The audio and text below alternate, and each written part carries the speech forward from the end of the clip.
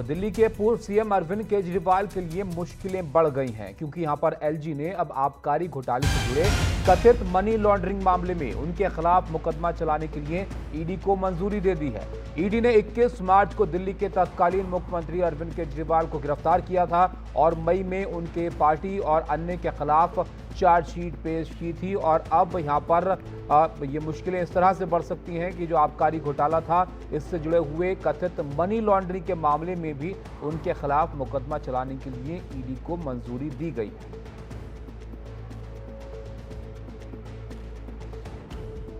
मुकेश हमारे साथ जुड़े, हमारे सहयोगी मुकेश, ये शराब घोटाले से पहले ही काफी मुश्किल में आम आदमी पार्टी है। अब ये मनी लॉन्ड्रिंग का जो एंगल इसमें अब सामने आ रहा है, जिसके सिलसिले में केजरीवाल के खिलाफ इजाजत दी गई है मामले की, इसके बारे में जरा बताइए, कैसे इसमें केजरीवाल को जो है वो देखा जा रहा है?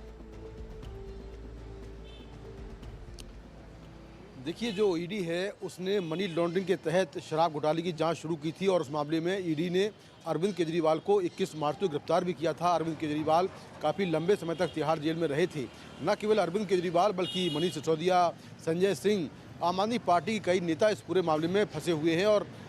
कई नेता जो है लंबे लंबे समय तक जेलों में रहे हैं। इसी मामले में जो ईडी है उसने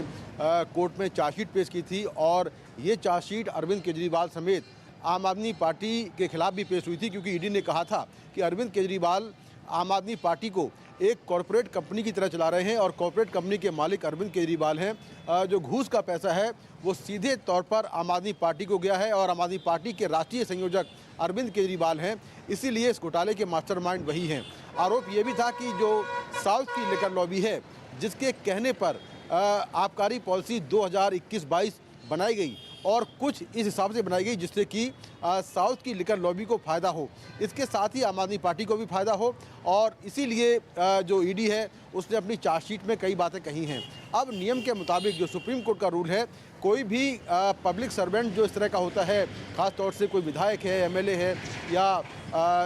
एमपी है, उसके खिलाफ अगर कोई कानूनी कार्रवाई होती है तो वहाँ के एलजी से या राज्यपाल से इसकी परमिशन लेनी होती है। तो जो ईडी है, ईडी ने दिसंबर के महीने में एक पत्र लिखा था और ये पत्र जो दिल्ली सरकार के चीफ सेक्रेटरी हैं, विजिलेंस डिपार्टमेंट है, उसको लिखा गया था और उनसे कहा गया था कि अरविंद केजरीवाल के खिलाफ मुकदमा चलाने की परमिशन दी जाए। तो वो परमिशन दिल्ली के उपराज्यपाल वीके सक्सेना के कहने पर दे दी गई है और इसका मतलब ये होता है कि जो अरविंद केजरीवाल हैं उनके खिलाफ अब मनी लॉन्ड्रिंग का जो मामला है, जिसमें चार्जशीट पेश हुई है, उस मामले का जो ट्रायल है वो शुरू हो जाएगा और निश्चित तौर पर विधानसभा चुनाव के पहले अरविंद केजरीवाल की जो मुश्किलें हैं वो बढ़ने वाली हैं। अच्छा मुकेश, एक बात और बताइए, क्योंकि 100 करोड़ रुपए की रिश्वत का आरोप इस मामले में यहाँ पर था, तो ये मनी लॉन्ड्रिंग को लेकर क्या आरोप है, किस तरह से ये की गई, कैसे पैसा जो है ये इधर से उधर हुआ? देखिए, ईडी ने इसमें पूरे मामले में एक जो मनी ट्रेल है वो पूरी स्टैब्लिश की है और ईडी ने अपनी चार्जशीट में इसका जिक्र किया है, जिसमें जो पैसा है वो साउथ की लिकर लॉबी से कैसे आम आदमी पार्टी के नेताओं के पास पहुंचा। इसमें कई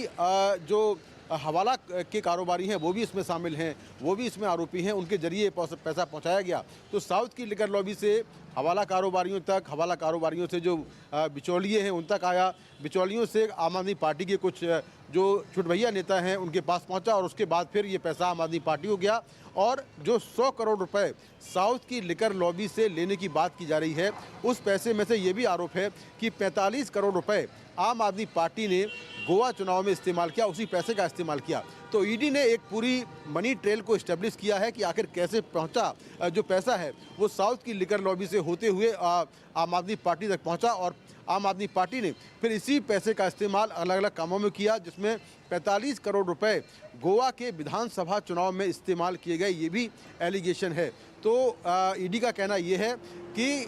जो ये पैसा दिया गया, इस पैसे के बदले आबकारी पॉलिसी में इस तरह के बदलाव किए गए जिससे कि साउथ की लिकर लॉबी को फ़ायदा हुआ, यानी कि जो शराब कारोबारी हैं उनके हिसाब से ये पॉलिसी बनाई गई जिससे कि उनको फ़ायदा हुआ और बदले में उन्होंने आम आदमी पार्टी को 100 करोड़ रुपए घूस के तौर पर दिया, ये आरोप है। जी अच्छा, एक बात और यहाँ पर बताइए मुकेश, क्योंकि पहले ही आबकारी घोटाले मामले में जेल तक केजरीवाल को जाना पड़ा है। अब ये जो मामला है जिसमें यहाँ पर मनी लॉन्ड्रिंग के मामले के तहत उनके खिलाफ मुकदमा चलाने की ईडी को मंजूरी दी गई है, तो क्या इसमें फिर से गिरफ्तारी भी हो सकती है उनकी? देखिए, मैं यहाँ पर साफ कर दूं कि मनी लॉन्ड्रिंग के तहत अरविंद केजरीवाल के खिलाफ मुकदमा पहले से ही चल रहा था। वो गिरफ्तार भी इसमें हो चुके हैं, उनके खिलाफ चार्जशीट भी हो चुकी है। लेकिन चार्जशीट पेश होने के बाद अगर कोर्ट में ट्रायल आगे शुरू होगा तो उसके लिए एलजी की परमिशन की ज़रूरत है, क्योंकि अरविंद केजरीवाल तब सीएम थे, मुख्यमंत्री थे, तो वो परमिशन मिली है। यानी कि चार्जशीट पेश होने के बाद उनके खिलाफ कोर्ट में ट्रायल शुरू हो जाएगा, डे टू डे हियरिंग होगी, जिसमें अरविंद केजरीवाल को कोर्ट में पेश होना पड़ेगा और फिर ये मामला आगे जो भी इसका अंतिम जो आदेश होगा, जो इसमें सजा होगी या बरी होंगे, ये आगे होगा। लेकिन जो ट्रायल है वो एलजी की परमिशन के बाद इस मुकदमे का ट्रायल शुरू हो जाएगा। क्योंकि अरविंद केजरीवाल इस केस में पहले से गिरफ्तार हो चुके हैं, तो दोबारा उनकी गिरफ्तारी की कोई ना तो ज़रूरत है और ना ही गिरफ्तारी हो सकती है। ओके, शुक्रिया मुकेश आपका सब जानकारी के लिए। तो ये जो मामला था उसमें ट्रायल यहाँ पर शुरू होगा और उसके लिए इजाज़त जो है एलजी की यहाँ पर अब ली गई है। तो ये मामला है जो आम आदमी पार्टी के लिए लगातार मुश्किल की अब वजह जो है वो बना हुआ है और एक बार फिर से यहाँ पर सवालों में आम आदमी पार्टी होगी इस मामले को लेकर।